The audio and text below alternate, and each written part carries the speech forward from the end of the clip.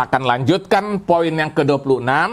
Sikap hidup seperti apa yang harus dilakukan berdasarkan iman kita. Yang ke-26, sikap hidup yang selalu memandang segalanya dari kacamata Tuhan.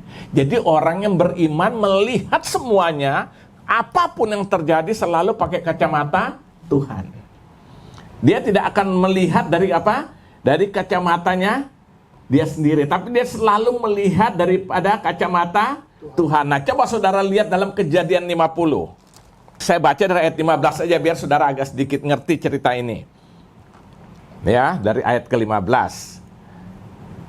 Ketika saudara-saudara Yusuf melihat bahwa ayah mereka telah mati, berkatalah mereka, boleh jadi Yusuf akan mendendam kita dan membalas apa? Sepenuhnya kepada kita segala kejahatan yang telah kita lakukan kepadanya. Stop dulu. Ini asumsi bukan? Hah? Ya. Padahal ini bukan pesan bapaknya. Ini hanya asumsi karena apa? Dulu dia pernah melakukan kejahatan kepada Yusuf. Jadi dia punya berpikirannya dia jangan-jangan dia balas kita nanti. Hati-hati juga dengan asumsi. Makanya kalau kacamata kita dari kacamata Tuhan, asumsi-asumsi kita singkirkan. Kita dalam pelayanan kadang-kadang ada asumsi loh. Setuju nggak? Kadang-kadang kita lihat orang satu lebih dipakai, kita mulai rasa, aduh, jangan-jangan dia punya asumsi begini, pikirannya negatif loh. Waduh, dia lagi cari-cari segala macam gitu loh, ya kan? Dia lagi cari muka, dia lagi pengen segala macam gitu loh. Itu asumsi kadang-kadang gitu loh. Ya udah biarin masing-masing berjalan, ya kan? Pakai kacamata Tuhan. Ayat berapa sekarang? 16. Sebab itu, lihat, mereka menyuruh menyampaikan pesan ini kepada Yusuf. Sebelum ayahmu mati, ia telah berpesan. Beginilah harus kamu katakan pada Yusuf.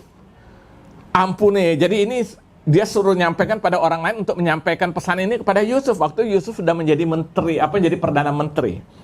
Beginilah harus kamu katakan pada Yusuf. Ampunilah kiranya kesalahan saudara-saudaramu. Lihat. Ya kan? Udah ketakutan ini. Dan dosa mereka sebab mereka telah berbuat jahat kepadamu. Maka sekarang ampunilah kiranya kesalahan yang dibuat hamba-hamba Allah ayahmu. Lalu menangislah Yusuf ketika orang berkata demikian kepadanya. Lihat, beda ya. Yusuf dengar itu bukan marah, sialan, ntar gua balas, enggak. Menangis. Ini kacamata Allah bukan? Yang Yusuf melihat ini waktu berhadapan dengan saudaranya. Ya, dia balas enggak? Enggak. Nah, orang beriman, saya mau katakan hari ini saudara, orang yang beriman tuh dia memiliki satu sikap hidup yang selalu memandang segala sesuatu yang terjadi sekalipun yang tidak enak dalam hidupnya, dia selalu memakai apa? Kacamata apa? Kacamata Tuhan. Sehingga yang nggak enak karena dia pakai kacamata Tuhan jadi indah gitu loh. Dia bilang, saya percaya Tuhan turut bekerja dalam segala perkara kok untuk mendatangkan kebaikan. Iya kan? Akhirnya benar kan dia sudah jadi Perdana Menteri. Saya bayangkan seandainya ini kita, balas bro. Lu saudara bayangkan, dia maksud baik temuin jumpai saudara-saudaranya dengan rancangan berteman saudara. Kita tangkap aja dia, kita bunuh ini yang penglihat itu mimpi. Emang melihat dari iri hati karena apa? Waktu itu Tuhan berikan visi penglihatan buat dia mimpi kepada Yusuf. Waktu melihat itu loh apa? 11 padi itu terus bulan bintang sujud menyembah dia tuh kan. Nah, dia ceritakan itu menimbulkan iri hati dari saudara-saudaranya. Makanya mereka waktu lihat si mimpi datang tuh kan. Akhirnya mereka rancangan bagaimana caranya. Udah kita bunuh aja. Kita bunuh, nanti kita ambil pakaiannya, ambil apa? Kasih darahnya, bilang aja binatang buas telah menerkamnya ya kan. Tapi akhirnya Tuhan bela, lihat saudara lihat. Kalau Tuhan menyertai Yusuf pasti ada pembelaannya ya kan. Melalui siapa dia bela? Melalui Ruben. Ruben bilang jangan kita bunuh dia, jangan apapun dia ke saudara kita. Mendingan kita buang dalam gua, ke dalam sumur kering. Akhirnya nggak jadi dibunuh, dibuang sumur kering. Tapi akhirnya pikir sumur kering juga nggak menghasilkan apa-apa. Tiba-tiba lewat saudagar Midian tuh lewat. Maka diangkat Yusuf, dijual. Sejak saat itulah Yusuf dibawa ke pasar budak dan menjadi kontrak seumur hidup sebagai budak. Loh, kalau sudah jadi budak tuh seumur hidup, saudara. Tapi ternyata dalam tangan Tuhan itu diubah menjadi Perdana Menteri. Sehingga waktu dia didatangi kembali oleh saudara-saudara dalam ketakutan, kalau nanti si ini membalas Yusuf, setelah mereka tahu ceritanya, ternyata Yusuf melihat, engkau merekakan yang jahat, tapi Allah merekakan untuk kebaikan, seperti yang terjadi sekarang ini. Kacamata Allah yang dia pakai untuk memandang segala sesuatunya. Amin. Ini membuktikan Yusuf itu orang beriman. Jadi orang beriman selalu memakai kacamata Tuhan dalam memandang segalanya. Nah, kita lihat contoh lagi yang lain. Coba lihat dalam Kejadian 13. Kejadian 13 saya baca ayat ke-8 sampai ayat 18. Maka berkatalah Abraham kepada Lot, janganlah kiranya ada perkelainan antara aku dan engkau dan antara para gembalaku dan para gembalamu, sebab kita ini kerabat. Bukankah seluruh negeri ini terbuka untuk engkau? Baiklah, pisahkanlah dirimu daripadaku. Jika engkau ke kiri, maka aku ke kanan. Jika engkau ke kanan, maka aku ke kiri. Ayat 10. Lalu Lot melayangkan pandangnya dan dilihatnya bahwa seluruh lembah Yordan banyak airnya. Jadi subur, makmur. Subur banget ya. Seperti taman Tuhan, seperti tanah Mesir sampai ke Zoar. Hal ini terjadi sebelum Tuhan memusnahkan apa? Sodom dan Gomora. Sebab itu Lot memilih baginya seluruh lembah apa? Yordan itu, lalu ia berangkat ke sebelah timur dan mereka berpisah. Abraham menetap di tanah Kanaan, tapi Lot menetap di kota-kota lembah Yordan dan berkemah di dekat Sodom. Adapun orang Sodom sangat jahat dan berdosa terhadap Tuhan. Setelah Lot berpisah daripada Abraham, berfirmanlah Tuhan kepada Abraham. Lihat, beda ya. Pandanglah sekelilingmu dan lihatlah dari tempat engkau berdiri itu ke timur dan barat, utara dan selatan. Sebab seluruh negeri yang kau lihat itu akan kuberikan kepadamu dan kepada keturunanmu untuk selama-lamanya. Dan aku akan menjadikan keturunanmu seperti debu tanah banyaknya, sehingga jika seandainya ada yang dapat menghitung debu tanah, keturunanmu pun akan dapat dihitung juga. Bersiaplah jalani negeri ini menurut panjang dan lebarnya, sebab kepadamu akan kuberikan negeri ini. Sesudah itu Abraham memindahkan kemahnya dan menetap di dekat pohon-pohon terbantin di Mamre dekat Hebron. Lalu didirikannya lah mezbah di situ bagi Tuhan. Kenapa dia dirikan mezbah? Karena dia sangat beriman kepada Allahnya. Maka dia disebut Bapak segala orang percaya. Nah, saudara tahu cerita ini, Lot itu adalah keponakan daripada Abraham. Dia ikut Abraham sejak masa muda. Dan akhirnya Abraham pelihara, bukan hanya itu, Abraham membagi berkat kekayaan. Ya kan? Kambing domba, pokoknya harta kekayaan dibagi lah.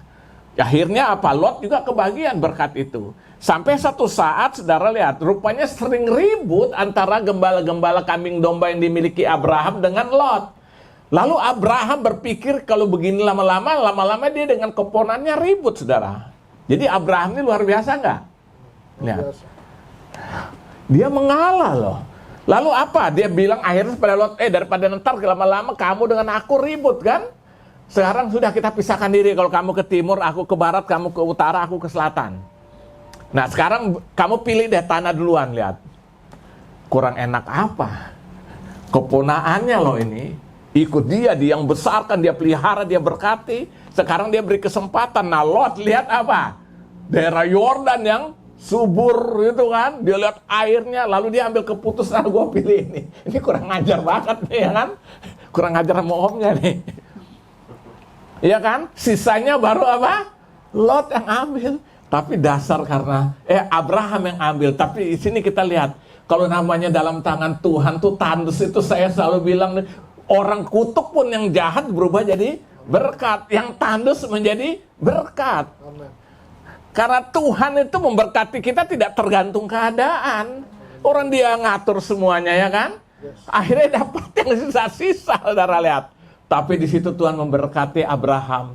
Sampai akhirnya saudara tahu, Lot memilih daerah Yordan. Akhirnya jadi apa? Sodom dan Gomora.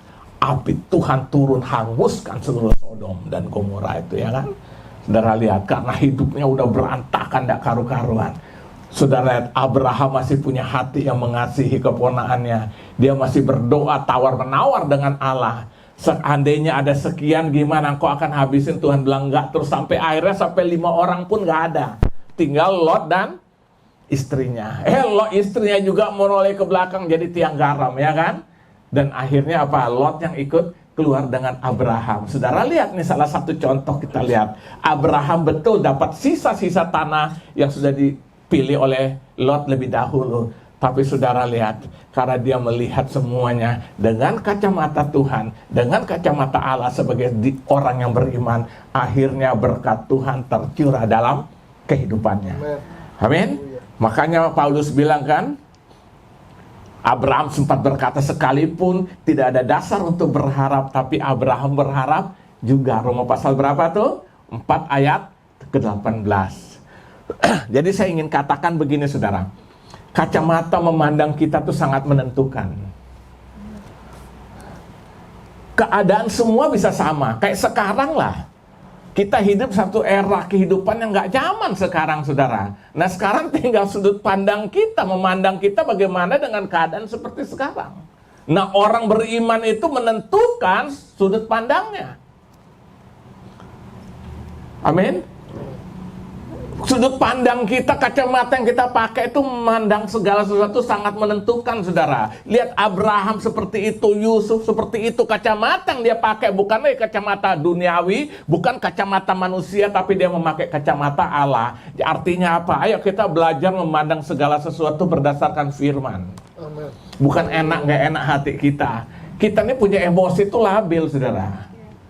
Betul gak? Jadi bayang kalau kita hanya pakai emosi kita, pakai potak kita yang sebesar bakpao ini loh. Setiap hari berubah, saudara. Tapi kalau kita memakai kacamata Allah itu pasti benar. Amin. Saudara lihat, karena memang sejak rancangan awal, sejak Allah menyancangan sejak awalnya buat orang percaya itu selalu yang baik. Baca Yeremia 29 ayat 11 kan. Tuhan bilang kepada melalui Yeremia, aku tahu rancangan-rancangan apa tentang kau. Aku tahu semua itu bukan rancangan kecelakaan, tapi rancangan damai sejahtera, masa depan penuh pengharapan. Itu rancangan Tuhan, saudara. Tapi seringkali kita tidak dapat menikmati janji berkat itu karena apa? Rancangan Tuhan yang indah, tapi kita pakai kacamata kita. Akhirnya apa? Semuanya nggak jelas. Coba kita belajar mandang pakai kacamata Tuhan, pasti kita akan lihat segala sesuatu indah. Misalnya orang jelekin kita, tapi kita pakai kacamata Tuhan, ya kan? Ya mungkin ada kebaikan lah, Tuhan ajar saya supaya saya belajar mengampuni, umpama contoh, ya kan? Orang-orang itu fitnah saya, jelek-jelekin saya di belakang cerita. Kalau kita pakai kacamata Tuhan melihat semua itu, kita tetap percaya dia boleh merancangkan yang jahat, tapi Tuhan merancangkan untuk kebaikan. Amin. Seperti Yusuf kan? Nah itu sebabnya, jadi sikap hidup orang beriman itu, dia selalu memiliki sikap hidup yang selalu memandang segala sesuatunya dari kacamata Tuhan. Yang ke-27 itu sikap hidup yang mau ditegur. Kita sering kali bilang kita orang beriman, tapi kita tidak mau ditegur. Begitu ditegur, berontak. Dinasihatin, gak bisa terima. Tapi bilang beriman. Nah saya ajak saudara buka dulu 2 Samuel pasal 12. Dari ayat pertama aja ya. Tuhan mengutus Nathan kepada Daud. Dia datang kepada Daud dan berkata kepadanya, ada 2 orang dalam satu kota, yang seorang kaya, yang lain miskin. Si kaya mempunyai sangat banyak kambing domba dan lembu sapi. Si miskin tidak mempunyai apa-apa selain dari seekor anak domba betina yang kecil yang dibeli dan dipeliharanya. Anak domba itu menjadi besar padanya bersama-sama dengan anak-anaknya. Makan dari suapnya dan minum dari pialanya. Tahu piala nggak? Cawan. Jadi piala. Dan tidur di pangkuannya seperti seorang anak perempuan baginya. Jadi disayang banget saudara orang miskin ini dengan apa? Dengan dia punya domba karena cuma satu-satunya saudara. Pada suatu waktu orang kaya itu mendapat tamu. Dan ia merasa sayang mengambil seekor dari kambing domba atau lembunya untuk memasaknya bagi pengembara yang datang kepadanya itu. Jadi ia mengambil anak domba betina kepunyaan si miskin itu. Ini kebangetan ini. Ini pelit banget nih. Ya kan? Giliran orang makan traktir habis-habisin. Giliran dia bayarin kok nggak mau. Ya tebak aja. Ya kan? Ada yang begini saudara, ya kan? Ada yang begini giliran ditraktir, tapi giliran dia traktir, oh sorry, jangankan tuh lu, gua irit-irit ya. Domba betina kepunyaan si miskin itu dan memasaknya bagi orang yang datang kepadanya. Lalu Daud menjadi sangat marah karena orang itu dan ia berkata kepada Natan ini nabi ya, demi Tuhan yang hidup, orang melakukan itu harus dihukum mati. Dan anak domba betina itu harus dibayar gantinya 4 kali lipat karena ia telah melakukan hal itu dan oleh karena ia tidak kenal belas kasihan. Kemudian berkatalah Natan kepada engkaulah orang itu. Beginilah firman Tuhan Allah Israel, akulah yang telah mengurapi engkau menjadi raja atas Israel dan akulah yang yang melepaskan engkau dari tangan Saul. Langsung kita pindah ke ayat 13. Lalu berkatalah Daud kepada Natan, aku sudah berdosa kepada Tuhan. Dan Natan berkata kepada Daud, Tuhan telah menjauhkan dosamu itu, engkau tidak akan mati. Saudara tahu cerita ini? Ini setelah Setelah Daud itu lagi jalan-jalan suatu rumah, dia lihat itu cewek, wih. Saya enggak tahu udah berapa kali, mungkin setiap hari dia udah tahu, dia incer terus kok. Orang lagi berperang, dia di teras. Dia lihat-lihat tuh, rupanya ada yang lagi mandi nih. Wih. Ternyata siapa ini? Istri dari dia punya pasukan, salah satu yang namanya Uria. Namanya Batseba. Dia ambil, ya singkat cerita ya dia ambil, dia pacarin lah gitu. Nah setelah dia ambil si Batseba ini, dia melakukan rekayasa bagaimana supaya dia aman. Bagaimana caranya? Dia taruh Uria bagian paling depan sana dalam pertempuran dengan tujuan apa? Duluan mati kalau kena panah kan? Jadi umpan saudara, umpan peluru. Ternyata ini kejadian. Uria mati. Bebas gak dia? Selamat maksudnya. Ya aman dia pikir ya kan. Nah Tuhan tahu nggak? Tuhan panggil Nabi Natan, beritahu dia. Saudara tahu Nabi Natan tidak langsung datang, pakai bahasa. Itu bahasa apa istilahnya kalau dalam bahasa Indonesia ya? Perumpamaannya? Analogi ya. Dia pakai. Ada orang miskin, cuma satu dombanya ya kan. Dia sampai piara, makan sama dia, dikasih minum, ditidur bareng-bareng ya kan. Karena sayang sampai besar. Ada orang kaya banget, banyak banget dombanya. Lalu apa? Orang kaya kedatangan tamu, dia mau jamu, beri makan. Dia tidak mau potong domba atau lembu yang banyak itu, dia ambil yang orang miskin itu. Daud marah. Siapa orangnya itu? Tangkap dia, suruh ganti 4 kali lipat. Hukum dia ya kan? Langsung Nabi Natan bilang, kau. Saudara tahu, waktu Daud menerima itu, saudara harus mengerti posisi raja, apalagi dalam konteks zaman dulu, raja itu penguasa penuh. Dia enggak ada nama hak asasi buat dia tuh. Mau bunuh, mau apa tuh nggak ada saudara. Sekarang aja baru ribut hak asasi kan. Meskipun saya heran, ada hak asasi tapi tidak ada tanggung jawab asasi manusia. Harusnya seimbang dong. Kita hanya tuntut hak-hak tapi tanggung jawab kita enggak mau lakukan ya kan. Ya inilah dunia. Akhirnya apa? Waktu Nabi Natan tahan, itu dia bisa mengeluarkan satu perintah loh, tangkap Nabi Natan, mempermalukan dia, hukum. Tapi Daud tidak seperti itu. Langsung dia menangis. Ayat 13. Lalu berkata Daud kepada Natan, aku sudah berdosa kepada Tuhan. Dan Natan berkata pada Daud, Tuhan menjauhkan dosamu itu, engkau tidak akan mati. Saudara lihat, waktu dia dapat teguran itu sebagai seorang raja loh, dia tidak dengan gengsinya, justru dia menangis, dia minta ampun. Amin. Artinya apa? Daud sedang menunjukkan satu sikap sebagai orang yang beriman, yang percaya sungguh-sungguh, mau ditegur. Nah, saudara buka lagi Mazmur 51. Saya baca ayat 2 sampai ayat 3, langsung pindah ayat 13. Ayat 2. Ketika Nabi Nathan datang kepadanya setelah ia menghampiri Betseba, kasihanilah aku ya Allah menurut kasih setiamu. Hapuskanlah pelanggaranku menurut rahmatmu yang besar. Dia minta jangan ambil, bukan jangan ambil kedudukanku sebagai raja. Dia minta jangan kiranya rohmu kau ambil dari hidupku. Artinya apa? Daud sangat menghargai Tuhan, kehadiran Tuhan dalam kehidupannya. Dengan kata lain dia bilang, kalau kamu ambil hartaku silakan, tapi aku minta jangan engkau undur dari hidupku. Ini membuktikan Daud itu orang yang sangat beriman luar biasa. Amin. Makanya saya mengatakan Yesus diperhitungkan dari keturunan siapa? Dari keturunan Daud.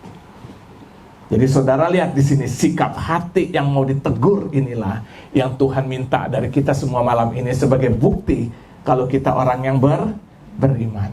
Kadang-kadang kita ditegur, kita tidak terima. Masak nih, keasinan. Kayaknya makanan lu tuh agak kurang enak, keasinan. Ih. Wah, kalau makan udah ribut gara-gara makanan asin. Seharusnya oke, thank you ya kalau menurut gua sih kayaknya sih pas, cuma gua nggak tahu menurut yang lainnya kan. Ya sorry deh kalau emang keasinan, kan selesai. Perkara hanya makanan asin bisa kita kabur, bisa kita ribut. Itu tidak mau ditegur. Padahal Alkitab jelas bilang orang aku kasihi apa? Ketegur dia. Ya. Coba buka Wahyu pasal 3:19. Saya mau baca, silakan. Karena waktu. Ya. Barang siapa kukasihi, ia kutegur dan kuhajar. Ya. Sebab itu, relakanlah hatimu dan bertobatlah. Lihat. Barang siapa kukasihi, dia apa?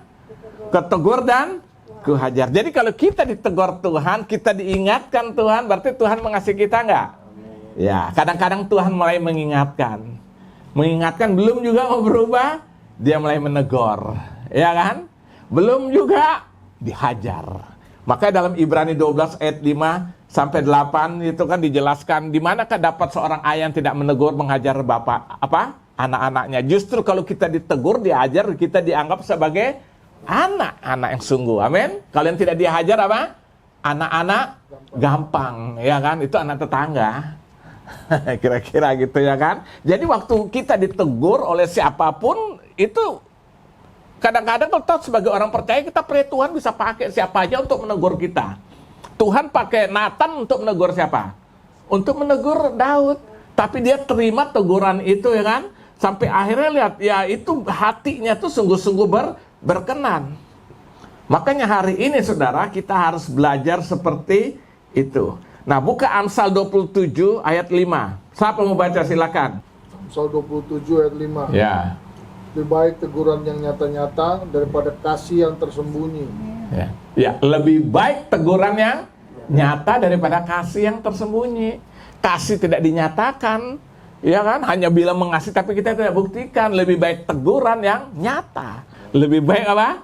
Teguran seorang sahabat daripada apa? Cuma manis seorang pengkhianat. Wih, bagus bikin status nih. Ya kan? Ya kan? Masuk di Facebook. Lebih baik teguran seorang sahabat daripada ciuman manis seorang pengkhianat. Contohnya siapa dalam Alkitab? Yudas. Dia cium, ya kan? Padahal ciumannya kasih tahu sama tentara Romawi, ini dia orangnya, tangkap udah. Ya kan? Jadi saudara, saya mau ingatkan, ayo saudara, kita harus memiliki hati yang mau ditegur sebagai orang percaya, amin. Karena teguran itu baik kok. Orang aku kasihi, ku tegur dia. Amin. Tegur itu baik kok. Saudara, teguran itu baik menurut Alkitab.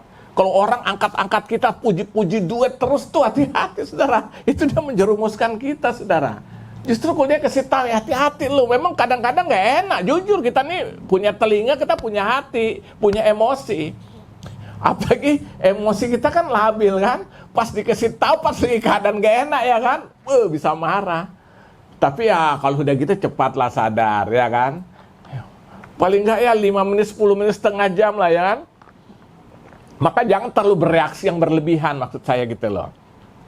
Ya kan, kadang-kadang dia tegur baru langsung nggak terima, banting pintu, pergi keluar. Nah ini kan reaksinya malah nggak enak. Mendingan diam, ya kan? Atau keluar, duduk di teras, diam, udah nggak ngomong. Itu meneduhkan. Nah, orang yang mau ditegur itu membuktikan dia memiliki satu kehidupan yang beriman sungguh-sungguh. Dia nyatakan sikap hidup dengan mau ditegur. Ini Alkitab loh. Nathan menegur Daud. Daud siapa sih, seorang raja? Nggak ada gengsi lagi untuk itu. Langsung menangis. Amin. Nah, jadi yang ke-27, sikap hidup seperti apa yang harus kita nyatakan berdasarkan iman, sikap hidup yang mau ditegur. Sikap hidup bagaimana yang aku harus lakukan sebagai seorang beriman. Poin 26, sikap hidup selalu memandang segala sesuatu dari kacamata Tuhan. Ayo lihat apapun yang terjadi dari kacamata Tuhan, pasti tidak akan salah. Mau tahu kacamata Tuhan? Inilah firman ini. Selalu kita bandingkan, cocokkan dengan firman. Kadang-kadang orang, kita melihat apa yang terjadi, ya kan, nggak enak betul. Tapi waktu kita lihat firman Tuhan, waduh, emang Tuhan turut bekerja dalam segala perkara. Amin. Kalau waktu kejadian memang kadang-kadang nggak sesuai, tapi lewat semua itu kita dibentuk, diproses menjadi memiliki iman yang luar biasa. Amin. Yang ke-27, sikap hidup yang mau ditegur. Amin. Jadi jangan malam ini dengar firman lagi tersinggung lagi. Ya, kita ditegur, saya juga ditegur. Saya juga belajar. Makanya Alkitab bilang firman itu pedang bermata dua. Jadi waktu saya sampaikan pada saudara itu juga buat saya. Amin. Dan itu membentuk juga sama-sama. Makanya kita saling dibentuk lewat firman. Amin. Makanya kita harus memiliki yang ke-27 juga sikap hidup yang mau ditegur. Saya percaya kalau kita lakukan ini, inilah sikap hidup beriman. Jadi iman bukan hanya emosi-emosi, haleluya, percaya, ya kan? Di gereja kan paling senang yang gitu-gitu kan. Apa spektakuler, ya kan? Waduh, sembuh, dalam namanya sembuh, sakit, oh dia beriman. Sikap hidup lu bagaimana? Kita sembuh pun, setelah keluar sembuh, kita hidup bagaimana? Ya kan, saya selalu bilang, gereja itu bukan hanya mujizat dan berkat, itu pasti dalam Tuhan ada lah. Tapi kalau cuma kejar hidup-hidup seperti itu, nah luar hidup kita setiap hari itulah dalam berinteraksi, bagaimana dong? Ya kan, justru itu kualitas iman kita teruji di situ. Amin. Nah, saya kira ini aja dapat saya sampaikan malam hari ini. Haleluya, Tuhan Yesus memberkati.